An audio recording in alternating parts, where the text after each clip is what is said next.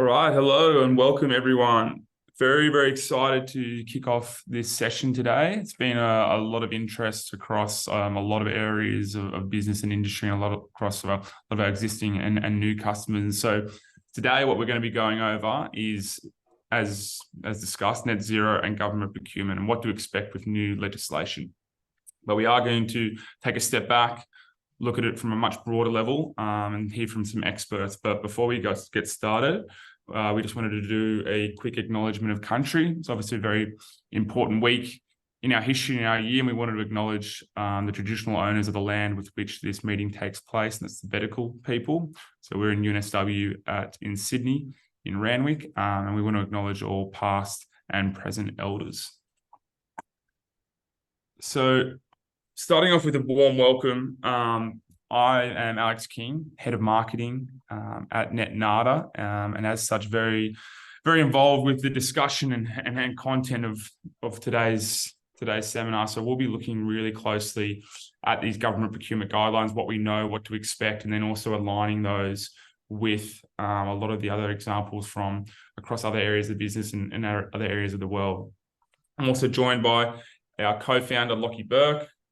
Lockie, you'll be hearing from very shortly, and our guest speaker today, James Norfor, who I'm sure you've seen. We sent through a bit of information on, and James will be speaking and taking us through. We'll be introducing him properly in a second, but we're very excited to have James's expertise and to hear from him today. So, look, the purpose and objective of the session today is, as mentioned, inform where we're at, what we know, and what's come through from different government bodies as we move towards net zero and these rather lofty goals of a 2030 target. How and why that's affecting people within the supply chains of government, as well as in the supply chains of large corporates. So tying that into what to expect, what does this mean from a more granular level of what you're going to be required from sustainability credentials? And then what are the challenges and opportunities that lie ahead in this space? And this is as we touched on, we'll go through all of this, but we're covering quite a bit. We will be sending these slides out to you. We will be sending a recording out to you, so don't feel like you need to be taking notes as much as it'd be great for you to think of some questions for myself, Lockie, or James. So the first area that we wanted to go over is to discuss what's been announced so far. What is the current landscape? And interestingly, it's been in the past 6 months, in the last quarters of last year, that we saw some of the biggest developments from a legislative perspective. And then the first one that came out was this announcement by the Australian Treasury in June 2023, which stated that we will see climate-related financial disclosure requirements for companies over 500 employees coming into effect at the end of this financial year. So any company over 500 employees will now have to report their carbon emissions to ASIC in a way mandated, in a framework mandated that Lockie will be taking us through in a few seconds. So that was a major announcement. That came out June 2023. The next big one that came out, which is a continuation, we could call it, is the Net Zero and Government Operations Strategy from the Department of Finance. Now that came out in December 2023, late November, and that essentially outlined the government's strategy to how they'll be getting to net zero in 2030, and looked a lot at procurement, as we'll be taking you through. The next part, where we've seen more industry specific, so areas like agriculture, healthcare, construction and infrastructure, and defence, we'll be sending some resources through if this is relevant to you. But essentially, we're seeing it from the Treasury affecting big business. We're also seeing the government make announcements, and then there's certain industries who are shooting off with their own developments. Yeah, fantastic. Thanks a lot, Alex. And hi, everyone. Welcome. As Alex mentioned, my name is Lockie Burke, and I'm one of the two co-founders at NetNada. It's been a huge year last year, without a doubt, for sustainable procurement all over the world. And I think what we're really trying to help everyone on this webinar conceptualize is the impact that means on your business, no matter how big, how small, or what industry that you work in. The reality is, what we're seeing is sustainability reporting is becoming much more of a compliance space than a nice to have or a marketing space, as it may have been in the past.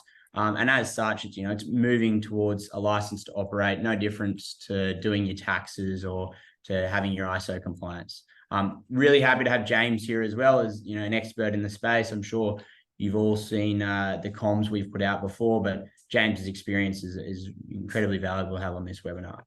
So with what Alex said and all these, shifts in legislation and regulation, we've now seen up to $75 billion of Australian government tenders come under this mandatory reporting or this shift in reporting requirements.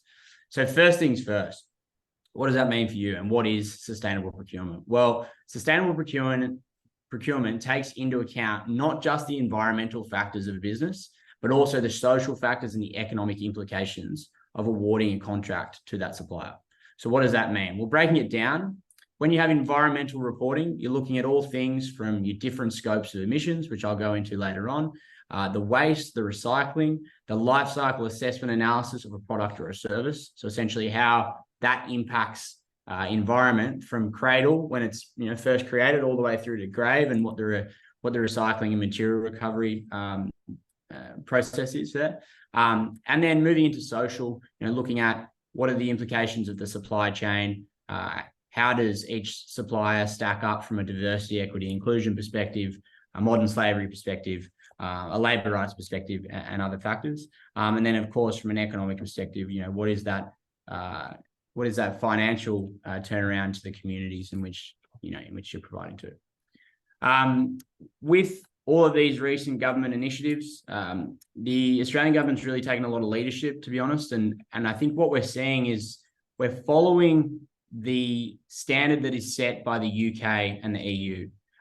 So what I really stress to you as a bit of a takeaway from today is from our dealings, with clients of ours in the UK, it's almost like looking into a glass ball of some description where you can see, the upcoming requirements that are going to be put onto businesses. But it's really important in noting that to know that it's not just, negative. It's not all just a new burden for your business to do. There are actually, very strong benefits and big opportunities that you can take advantage of as a business that's starting to recognize this shift and recognize it potentially earlier than other businesses. So with that said, as Alex pointed out, under the ISSB reporting requirements for international multinational companies, and also the corresponding consultation paper that was released by Jim Chalmers last year in July, what we've seen is mandates on companies with over 500 employees and $500 million in revenue to be required to be reporting on their environmental impacts and also parts of their social impacts. Now, this means that they have to cover off a few things. First things first, they have to be showing how they monitor and control the sustainability related risks and opportunities, right? That includes their suppliers. So that likely includes you. Secondly, the strategy wants to see how they're going to manage and improve moving forward, while they're also looking to identify opportunities to assess in areas where they can change. So that means if you're a supplier who has credentials or the ability to report better than other suppliers, you will be getting a look in scenarios where you may not have before. Once this is all done, and it's really this whole idea of, we can't fix what we can't measure, and we definitely can't hit the targets that are set by government without having baselines and understandings. That's where we're looking, to progress forward and meet the targets of the regulations, which in the end of the day are all aligned with our 2030 and 2050 national strategies. So I'm going to pass to James here because, with his experience, he has a lot of understanding around what the key criteria and considerations are that government in particular look for. Thanks, Lockie, and hello, everyone. Thanks for coming along to the session today. So look, I'm just going to toss in a couple of comments here. And I think the main consideration I would put in for what large enterprise procurement guidelines are is that procurement pretty much across the board is similar, government and or private sector. We've got policies, we've got procedures, we've got tools that will be followed in both groups. Private sector is a little bit less constrained than it is in government because we're not talking about legislation, which is law.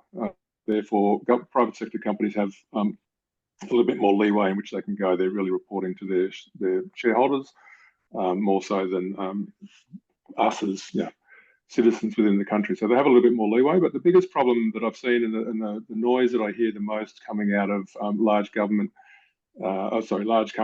around social procurement or ESG procurement or sustainability procurement is the fact that it's really hard for those organisations to identify suppliers that fit their criteria.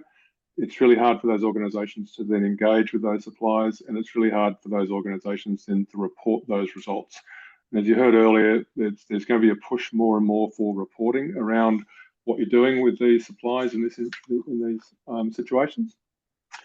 And what you're finding now in these large companies is that quite often they've got dedicated teams within their procurement function that are looking after ESG compliance. So they will be looking at suppliers, they'll be validating suppliers, and they will be trying to identify those suppliers and how that those larger companies can then interact and then buy from those suppliers.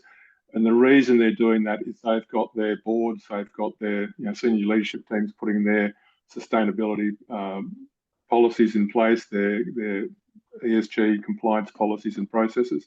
So they have a target. They quite often need to spend money with suppliers in this space. And the challenge is, as I said, they're trying to find them and then report on them so that they can track those up to board reporting and also up to ASIC reporting and other points.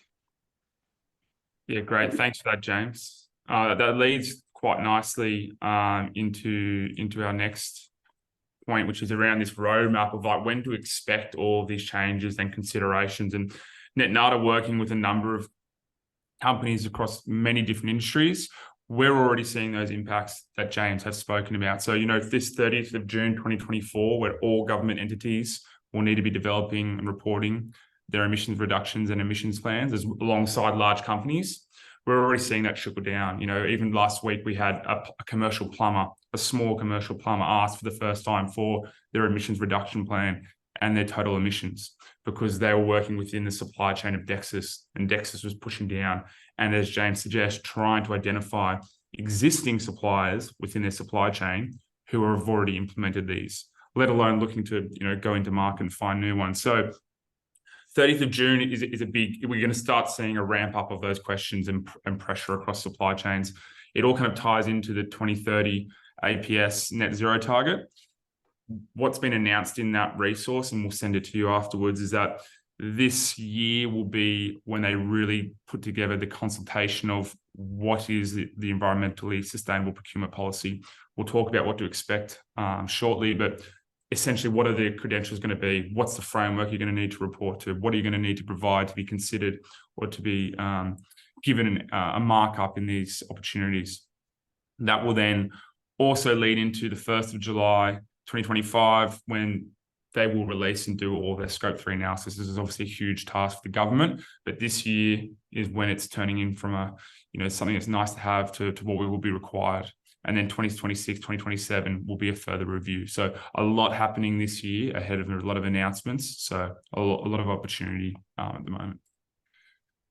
Awesome. So everyone, now I'm going to walk you through when we refer to scopes of emissions, what it is we're talking about. And look, I know we've got 32 people here in the call, a few more coming in through the participants as we speak.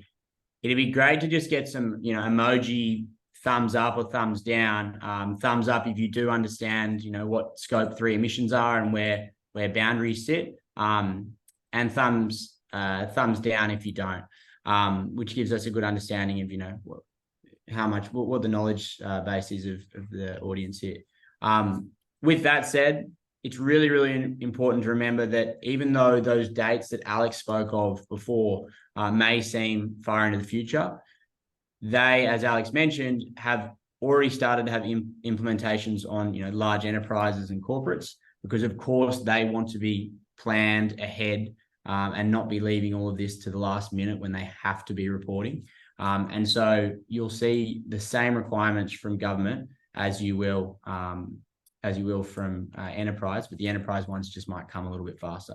So I've seen a couple of thumbs down. So that's a good start. It means you'll be learning something here. Your Scope 1 emissions, as you can see in this graph, are your direct emissions. So they're specifically speaking to, for example, your company's vehicles fuel usage, very direct emissions happening there at the source. Your scope 2 emissions, you purchased electricity, right? The emissions are being created not necessarily right there in your light bulb, but on the grid and in the power stations where that electricity is generated. Now, your scope 3 emissions is where it gets very complicated. And this is, to be honest, what NetNada really enjoys diving into, but it's also why this all makes you so relevant to government and enterprise procurement. Because every single supplier that a business uses, no matter if they are their accountant or their coffee cup supplier, sits within a company's scope 3 emissions. Okay, so the reality is your sustainability is now directly tied to all of your clients' sustainability as well. And what we're going to look into later is some of the really big plans that companies and governments alike have for scope 3 reporting requirements. Yeah, I think it's a good example just to touch on what Lockie said. It's these companies for a long time have been looking to reduce their fuel use. They've been looking at electrifying their fleet. They've looked at changing their electricity provider to more renewable sources. The next step now, and what's generally 80 to 85% of total emissions, is to potentially change suppliers or to put pressure on suppliers to be more sustainable. And that's what we're seeing. And that's the only way that government and big businesses are going to reach their net zero targets, is putting pressure on you, their suppliers. Fantastic. So with that said, our absolute pleasure to introduce James, the guest speaker for his major section here today, and to speak about, not only just his experience, but also what he's seen in the space as it's been changing over the last 18 months. Thanks, Lockie. So I'm going to kick off and reiterate what Lockie and Alex have mentioned about sustainable procurement. And we're focusing on government pretty much here, but this will, in some instances, cover off on what's happening in the private sector as well. So you'll see that first part of the paragraph there in that slide is there's a must consider highlighted. So what government's done now is they put legislation in place. As I mentioned before, legislation is law. So government departments and government agencies now must consider environmental sustainability of the goods and services that they're buying when they go out to market. So some examples of this are energy efficiency. Look, I won't go through them because you can read them there, but as was just highlighted, emissions reductions is one of the big ones that's sitting in there. And in the way that government looks at what they're going to be doing in the tender processing, and because governments generally have to go out to a tender, obviously there's a couple of points where they might not do that, but these criteria will be assessed as non-financial criteria. And it's important to understand that, I think, now, and I'll touch on a little bit further in the presentation. But they're non-financial components that are going to be added into the evaluation criteria. So government might now look at what the quality of the goods and services are that you're offering. They'll look at the pricing of the goods and services, but they'll also now start to add some non-financial criteria around how you are addressing those criteria around meeting the sustainable requirements that they're putting forward in that tender process. Now, I think it was mentioned also prior in the presentation, but government departments could look at this from a departmental perspective. So this could be defence, or this could be health, or it could be one of the other government departments, or it could be coming out of the Department of Finance in the federal government, which runs central government procurement for the federal government. So they could be putting this out on a category-based level. So that could be across fleet. So that could be the electrification of the vehicle fleet in federal government, or it could be across IT, wanting to look at how they reduce the impact of packaging in IT, or it could be reusable and refurbished IT products. It could be construction, it could be travel. There's multiple categories that could be looked at, as well as what each of the individual departments is putting across. So it's really important, I think, and Lockie mentioned this as well earlier, having a look and understanding what the full life cycle of your product is, from the design to the production to what's happening during the consumption of that product or service through a life of a contract, and then end of life.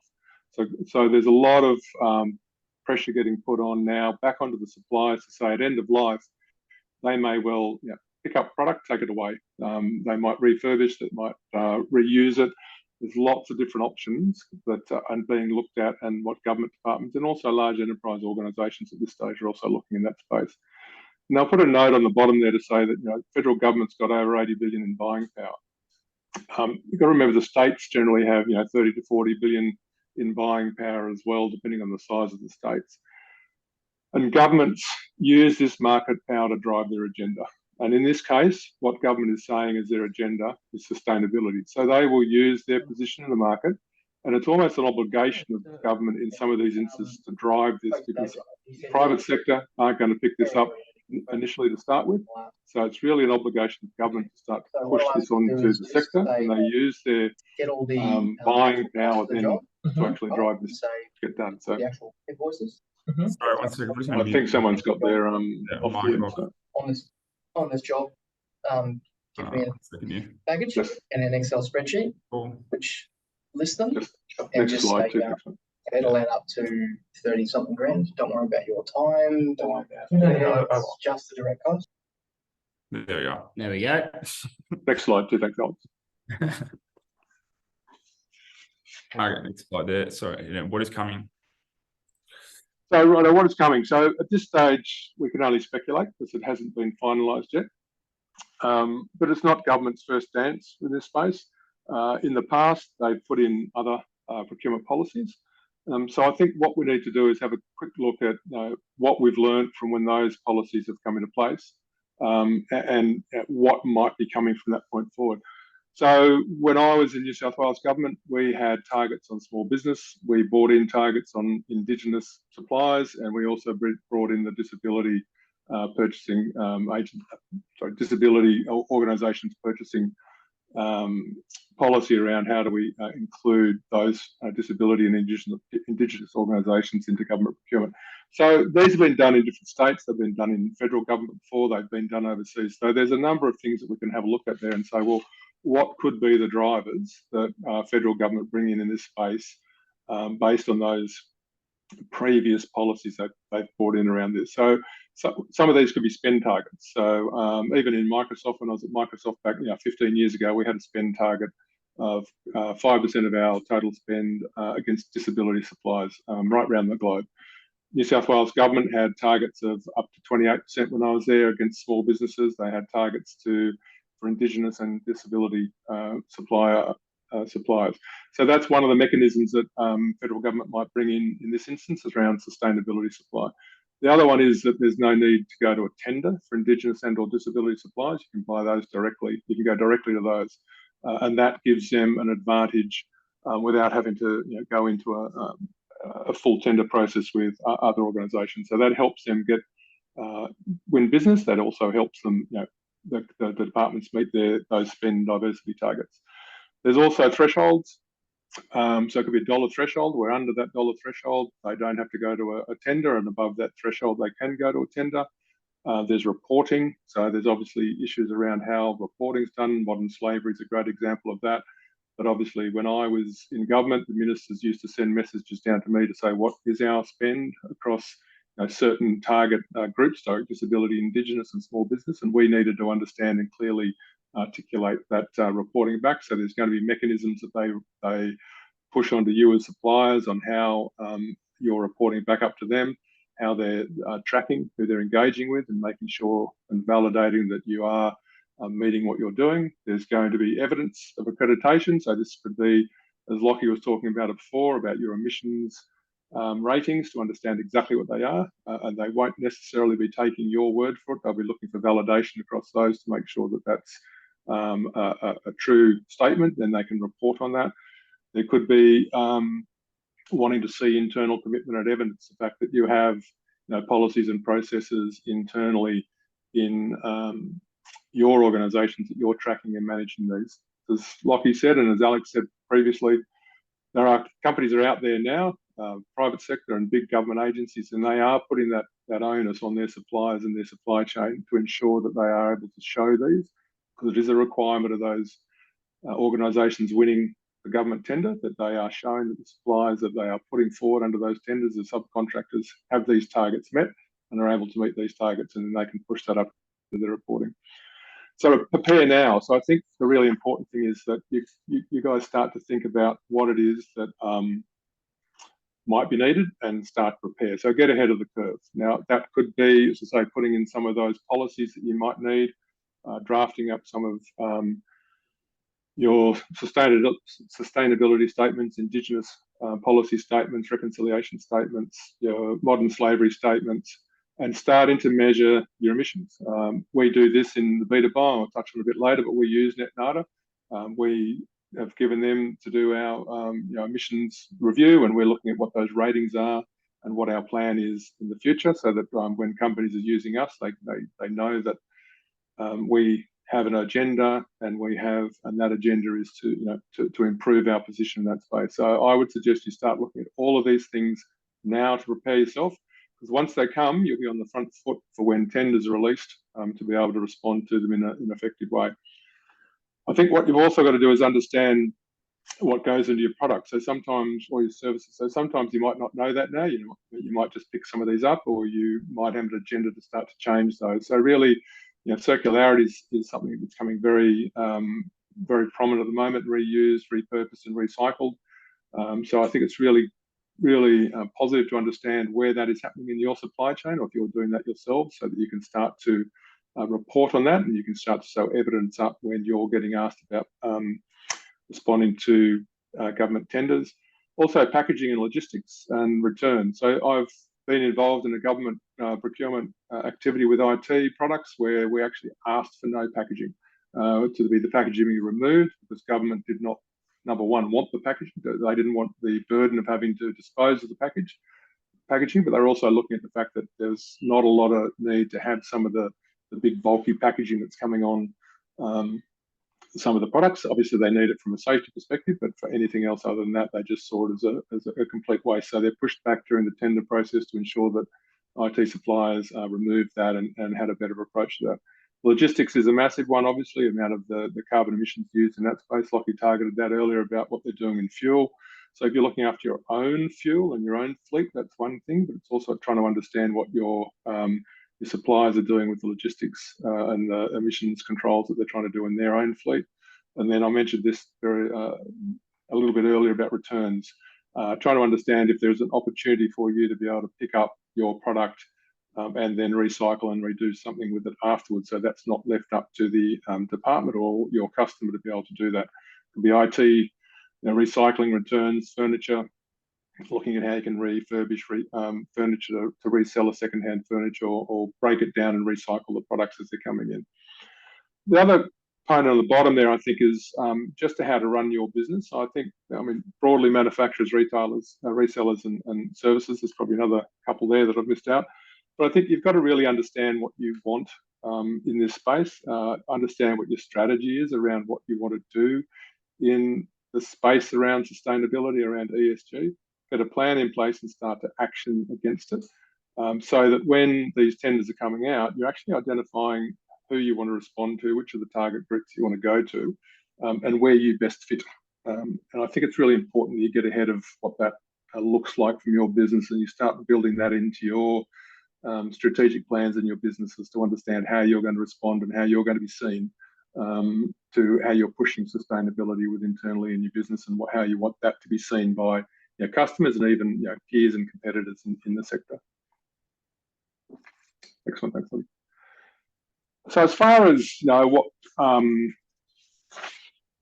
what we're looking at from our perspective, and one of the things that has driven the business that we've built at the moment, which is B2B, and it's really an automation of the purchasing process, small businesses to medium-sized businesses. Someone mentioned it the other day. It's a bit like the love child of Amazon and SAP, but on a smaller scale. And ultimately, that's really what we've been aiming to do, is to make buying simpler for organisations. But what government really struggles with is getting SMEs into government business. This is something we worked on in New South Wales government. I know it's still a problem in government procurement. And it's always a priority for them, because SMEs are they're the drivers of employment in the economy. There's lots of SMEs out there, and government wants to give money to SMEs. The challenges they have with working with SMEs, and I'm sure if there's SMEs on this call, you'll totally understand this. It's the complexity of the contracts they put in place. Governments have been trying to reduce that in the last few years, which has been really good. SMEs generally don't have a legal team internally. They'll take what's put in front of them. They don't have the ability, or they do have the ability, but it's a cost to them to go out and get legal reviews of contracts. Tenders put out are generally too big for a lot of SMEs to deal with by themselves, but there's no facility and no way that SMEs can collaborate together to respond to tenders. So it makes it difficult. So big jobs are just pulled back out from. The cost to respond, if you're in an open tender, you could be going against 25 other companies. Most organisations will look at that and go, well, that's not worthwhile my time responding to that based on the chances of winning, so therefore I won't get involved. It then leaves it to the bigger companies to win, and then the government has that challenge with small to medium-sized enterprises. So what we've tried to do, because most procurement activities follow stock standard processes, and you need to understand how they work. But what we've been trying to do, and it's the same challenge as I mentioned before about what's the problem, it's manage supply risks. So we look at helping those smaller to medium-sized enterprises that might not have a procurement function that can focus on identifying suppliers and what they're doing. So we have that built into our platform. So managing supply risk, understanding what those suppliers are doing. We do checks on the suppliers coming in, reducing the carbon footprint. As I mentioned, we're working with NetNada, but we're also pushing our suppliers to talk to NetNada about getting those carbon assessments and get a plan in place. And then they're able to push that up into our platform. So when a buyer comes on, they can look down into that supplier and see what they're doing in their carbon emission strategies. They can also have a look at what they're doing in their sustainability by having their sustainability statements loaded, their modern slavery statements loaded. We're looking at also punching out to organisations to get their cybersecurity ratings put up there.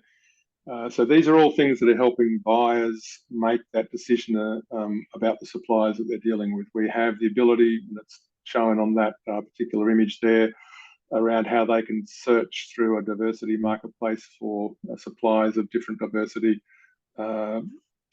ilks on what they want to do, how they can identify those and then report up, and then compliance with modern slavery. So we've seen this coming. We know that this is a challenge for buyers, and we've tried to build that into our platform.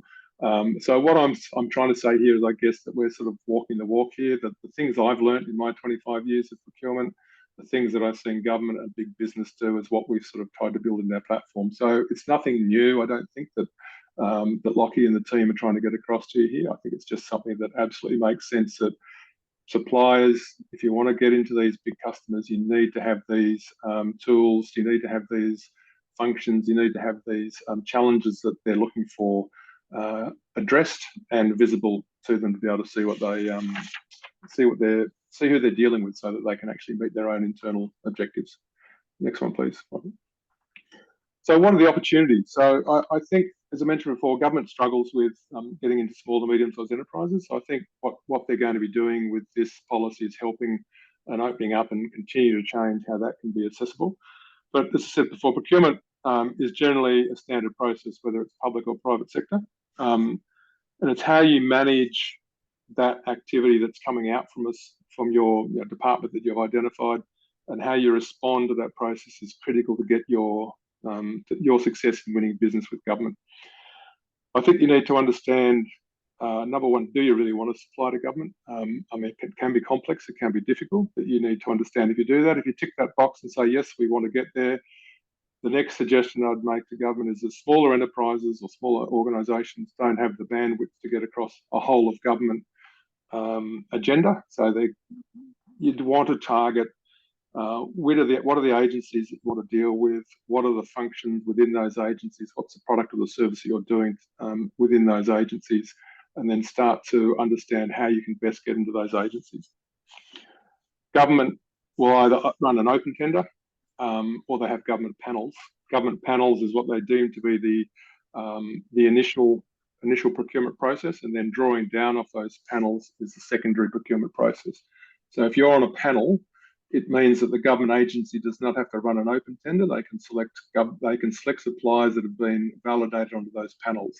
So if you really want to get into government as a small to medium-sized enterprise, my suggestion again is to get onto as many panels that are relevant to the services and the goods that you offer, and are covered by the agencies that you want to sell into. Once you've done that, the agency will go through, and private sector do the same thing. They'll go through a planning process. So they'll be looking at what are the requirements of that tender process, and they will work that internally. And out of that, they'll also look at what do we need to bring into that from a sustainability perspective, what's possible in the market. So it's really up to you as a supplier. This is the time to get in there and sell and network into those government departments. Once a tender is in the market, you'll generally get probity issues where you can no longer talk to them. So for them to understand where you are, if they're not using a system like ours, which has got lots of suppliers in there that they can review what their sustainability and their ESG agenda is, it's up to you guys to get in there and promote and market yourselves into those agencies.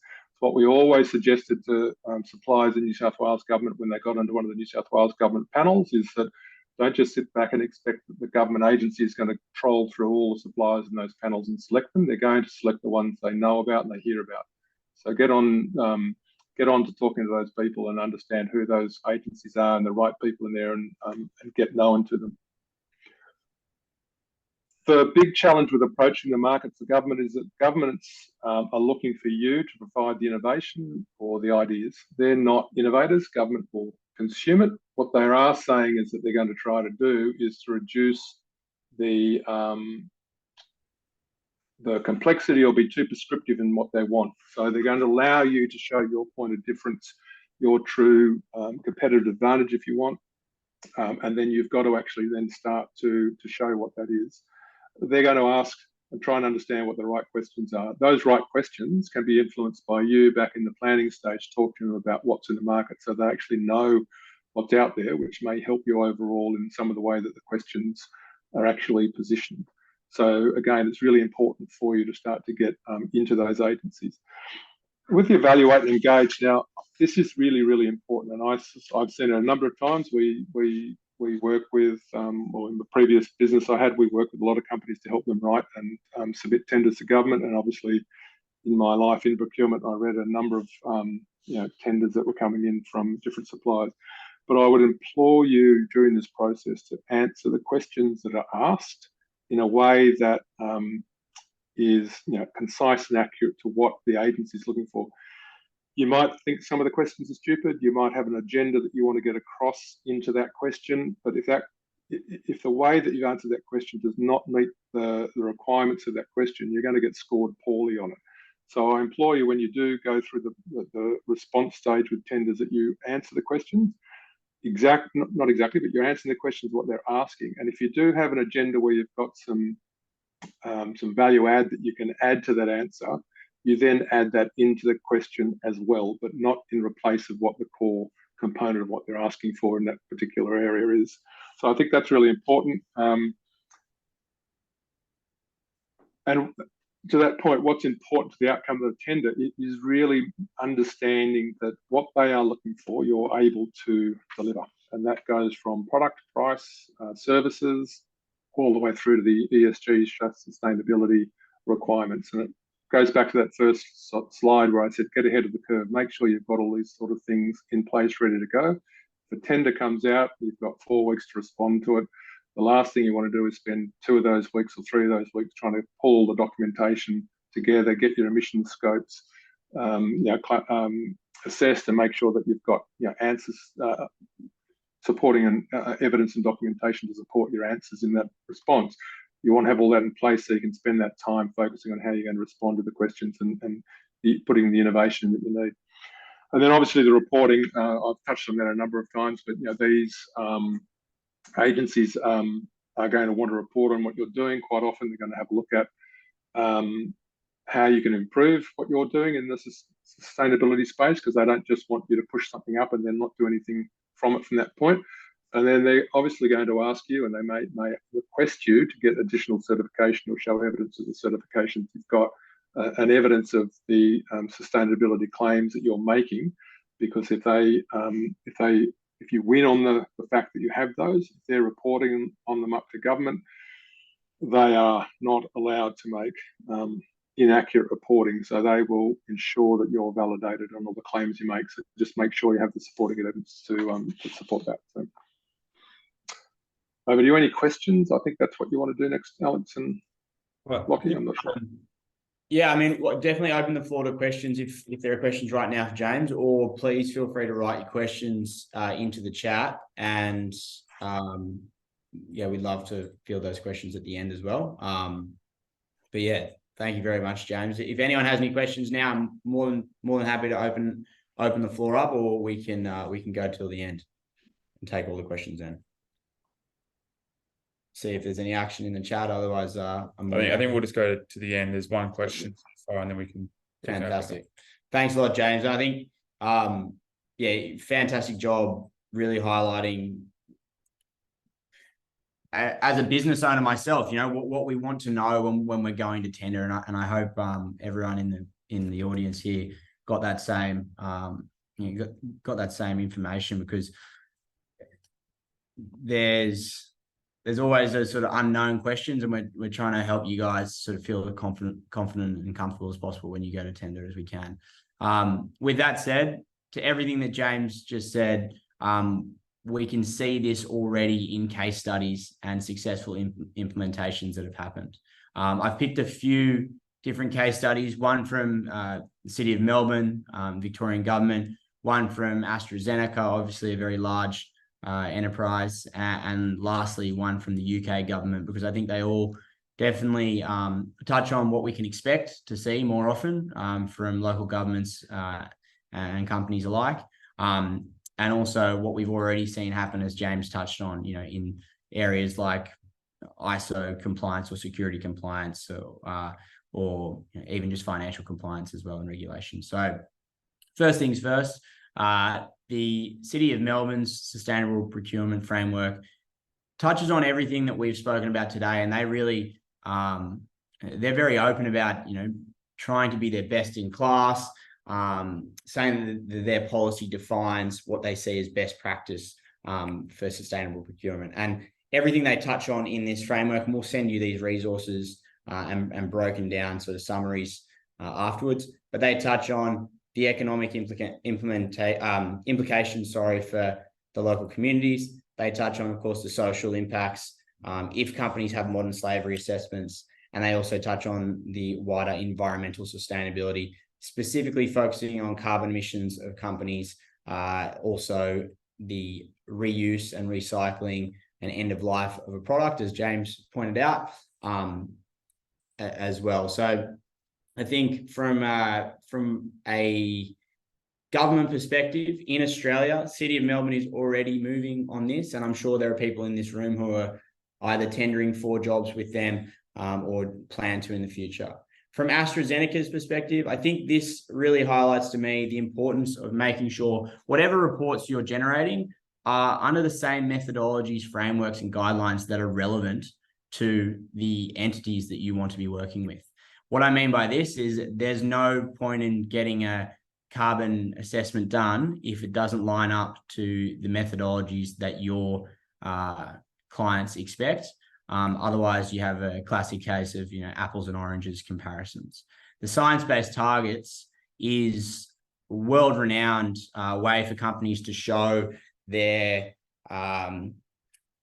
basically show their commitment to reporting and also planning of their decarbonisation. And AstraZeneca has, you know, put out some really, really strong and bold claims around this. And we've actually seen a lot of companies who supply AstraZeneca reaching out in the industry to ask to get their carbon accounts done, because AstraZeneca wants or did successfully engage 95% of all of their suppliers. That's about 3,500 suppliers at the end of last year. They went out to, you know, companies of all shapes and sizes and said, look, if you guys want to work with us anymore, you're going to need to provide us with science-based targets aligned reporting. And so that's the shift we're starting to see for companies who are serious about meeting their goals. And AstraZeneca has a very, you know, ambitious goal of mapping their entire Scope 3 emissions and then reducing it by 50% by 2030. So that means essentially that all of their suppliers will need to be reducing their emissions by 50% to help AstraZeneca meet their targets. And what we're going to see is if companies can't do that or choose that they don't want to do that, companies like AstraZeneca will just simply find suppliers who will. Lastly, out of these case studies, the UK government, as I mentioned before, can be a little bit like a crystal ball when looking into what to expect in the Australian market. Aside from the fact that all 1,500 of the largest companies in the UK are required to report on their scope 1, 2, and 3 emissions, which of course creates huge, supply chain ripple effects. They're also mandated for any company who's tendering on a government contract of £5 million or larger to report their emissions as well, and also provide social impact analysis reports. Now, £5 million for some in this call might sound like a lot. It might sound like not much, but I think we can all agree that those sort of contracts, as James pointed out, don't just go to the big players. That's definitely the sort of contract that SMEs can target and try to win. And as James pointed out, governments want to give more and more of these contracts to SMEs, which what that means is since 2021, we've seen businesses, a relatively small size, going for these contracts who have had their reports ready because they've known that, if it comes off, or just even to be considered in the tender, they have to provide it along with their submissions. And so this is what I firmly believe is what everyone here can expect to start to see from both federal and state government. Now, with that, all of that said, and sort of bringing this back to, why is this relevant to your business and why is this relevant to everyone on the call? What we're seeing, as I mentioned, is, whether companies like it or not, they need to be reporting, and they need to be reporting because you simply can't fix what you can't measure in a lot of cases. As you can see here on this graph, with each of these different colors representing different industries, these are the levels of decarbonisation and reductions that we need to see in order for Australia's different sectors to align with 1.5 degree Paris targets. So the Paris targets were set as I'm sure everyone here is familiar with climate change and global warming. 1.5 degree targets means that the average temperature rise across the globe at 1.5 degree. And that's really a critical number for keeping the impacts of climate change relatively under control. As you can see, this needs, a rapid drop off from even almost half a decade ago now, but from where we are now. And this is where all the pressure is coming from the government side of things.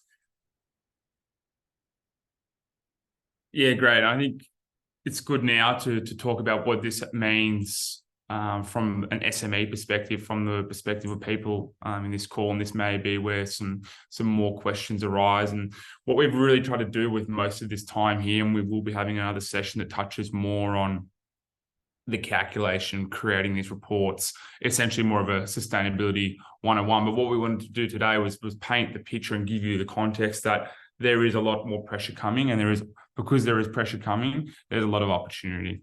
So some of the common challenges that people are going to be facing or are already facing in trying to take advantage or prepare for these tenders is the internal resources. So you may have a small team, or you may have conflicting timelines or priorities internally. So it can be difficult to align or to understand what you need to get started.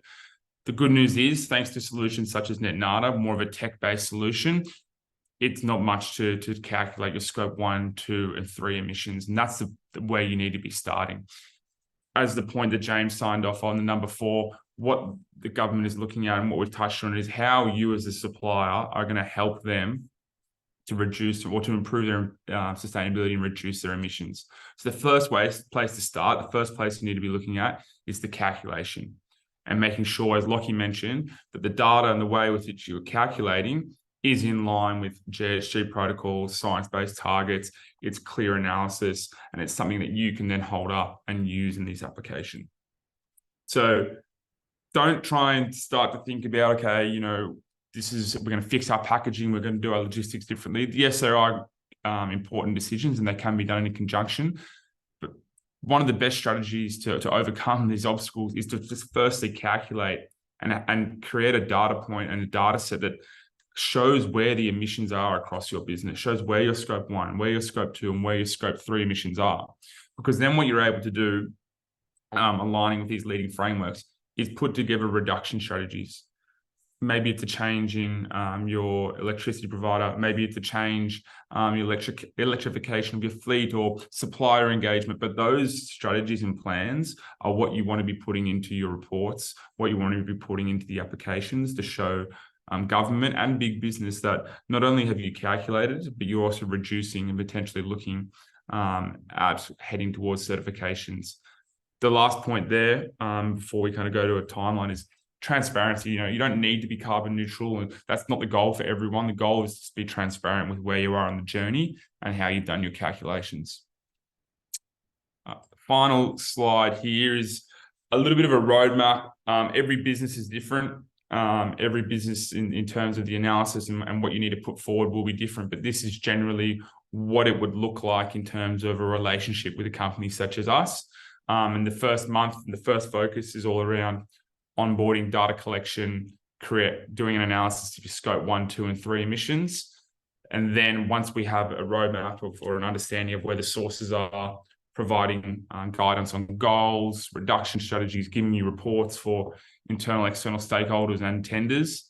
And then after that, really helping you to move through this process of reducing, through this process of engaging your supply chain, your networks, purchasing offsets if it's of interest, getting certifications such as carbon neutrality. So we'll send this through. You can have a bit more of a look at this. Part of what we do as well as NetNada is very much, answering questions and providing guidance. For some people, this is you needed it yesterday. Some people, it's putting in a plan to make sure you're aware. But as we discussed today, there is a lot of pressure coming now, and some of you, I'm sure, have already seen. So I know we're running a little bit we do have 5 minutes left for questions.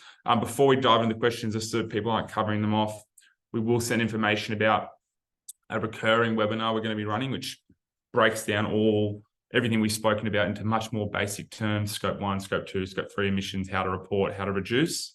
We'll send through a recording of the webinar, as well as resources and references from where we were here. So I can see Jennifer has a raised hand. So maybe we'll just ask Jennifer if you have a question. Yeah, thank you. So my name is Jennifer Arnold. I work with a group called Public Sector Network, and helping companies, IT companies primarily, with their sales programs into local, state, and federal government.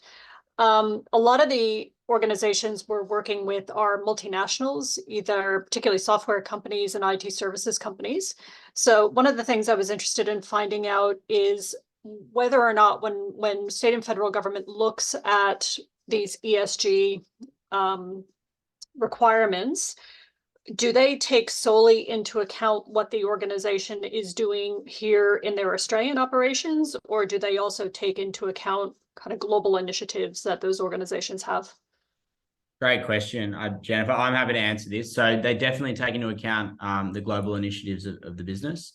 And because of the recent announcements around the ISSB, which is the International Sustainability Standards Board, we now have a regulated global reporting standard, which means these large businesses like AstraZeneca or like that multinational that you're speaking about all have a standard that they're reporting to, which means they're taking into consideration all of the different separate countries within their organizations and operations. Right. And is there an expectation that local companies are contributing to those or doing things above and beyond those global initiatives as well? Yeah, there's certainly an expectation, what we've seen from the large organizations, that their local companies are reporting to that same standard, because as I sort of mentioned, from a rigor and a test perspective, you don't want it to be a case of apples and oranges, right? So those large businesses, need a certain quality, and that'll be aligned with whatever methodologies are relevant based on the jurisdiction or country they're in. Thank you very much. No worries. Good question. Thank you. All right. Any other questions coming through? feel free to put them in the chat or just take your mic off for either us or James. Great to see people enjoyed the case studies. We will send like the resources through so you can have a read of them. Here's one. Have any federal, state and territory government entities publicly disclosed their sustainability requirements for suppliers? Great question. So like the Victorian government has, as I mentioned, a very good sustainable procurement policy. The federal government has come out with their guidelines, but it's definitely still a work in progress. But we can send around all of the information on both the federal government's, the Victorian government's and the New South Wales government's current policies. As the example Lockie just gave to Jennifer as well, what we can see is the framework and methodology that these government entities, federal, state, are going to be reporting to. In order for them to effectively report and include you as a supplier in those reports and the reductions, you will need to be within those sustainability requirements, those methodologies, frameworks. What the timeline, what the size of a company that's required, that's still to be decided, but you will certainly need to be, working and doing your analysis within those frameworks and methodologies. Yeah, I think important thing to add there is they've definitely put out, their guidelines, and they've also, as we've spoken about, the mandates and the regulation is coming as soon as June this year. However, they definitely don't expect suppliers to be perfect at this stage. And as Alex touched on in one of his sections, nobody does, to be honest, but they do expect a level of transparency, a level of planning, the ability to actually report and show where your current standing is. But there are no regulations saying you can't supply us unless you're carbon neutral, but there are regulations saying you can't supply us unless you can show us your reports, if that makes more sense. And I think, Lockie, what'll be interesting here is that each department, I think, is going to have their own take on the requirements. So it's not going to be a one-size-fits-all. Defence is going to have something completely different than, health does, for example. So while those sustainability requirements might be at a high level, they're going to be interpreted and enacted differently based on the agency that's putting out the request. 100%. And, sort of like that graph that I showed a little bit earlier on, all different industries have different emissions and, are responsible for a different percentage of national emissions, which means they're all required to reduce by a slightly different amount to meet, the 2030 targets. And so, yeah, you're dead right, James. That's why we have seen Health has put out a climate strategy for hospitals and aged care. Similarly, we've seen strategies put out for defence and construction and mining, and so there's all different guidelines. Great. Thanks for that question, Bradley. Yeah, that was a good one. Any other questions coming through? Otherwise, we are over time. We don't mind sticking around if there is anything, but as mentioned, we will be sending some communications recordings through.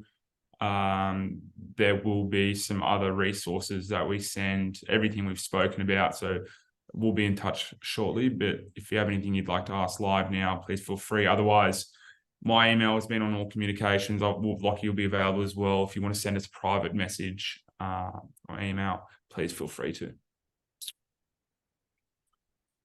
Costs for an assessment based on size of SME. So our pricing is all very transparent. It's on our website. So our analysis for SME starts at $3,000 a year, which is $250 a month. And then it goes up to $6,000 a year for larger, medium enterprises with more complex data sets and certification requirements. And then past that, we have enterprise pricing, which some of our large multinational and publicly listed companies use, which we make on a quote-by-quote basis. I hope that helps, Kathy. Yeah. Everything we included today and spoke about and the ability to report and then go through into these assessments would be included in that entry level. The what we provide and the output and the deliverables is pretty is covered in this session. It's more if there is something a bit more bespoke that the pricing will change. But everything covered in this session generally what comes in at that more entry level for SMEs. Fantastic. All right. Well, thank you, everyone. If there's no more questions, we really appreciate your time. We hope you learned something and it was helpful. And yeah, if you need anything at all, please reach out. We'll send you all the info after this. Thank you very much.